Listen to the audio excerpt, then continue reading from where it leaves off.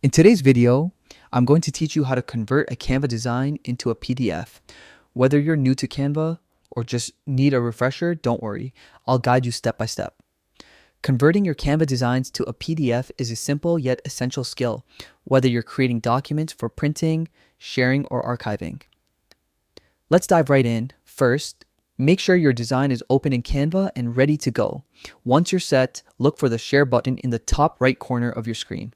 This is your gateway to downloading and exporting your creations. Click Share and a menu of options will appear. For our purposes, we want to download as a PDF. Click Download and you'll see a drop-down menu with various file formats, from JPEGs to PNGs.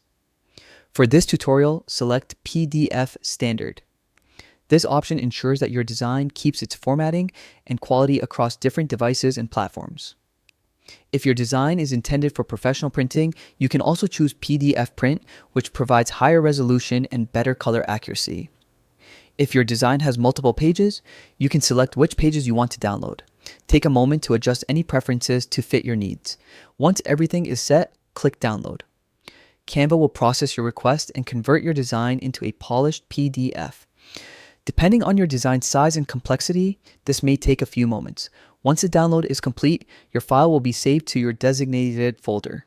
From here, you can open the PDF to double-check everything, print it, attach it to an email, or upload it to a cloud service for safekeeping. A helpful tip: always preview your PDF before printing to make sure text alignment, colors, and images appear exactly as you intended. And there you have it.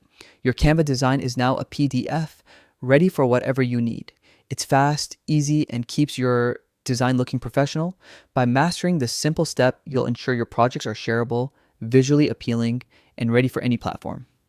If you found this tutorial helpful, don't forget to like and subscribe for more quick and useful Canva tips. If you have any questions or need help, leave a comment. I'll be happy to assist. Thanks for watching, and I'll see you in the next video.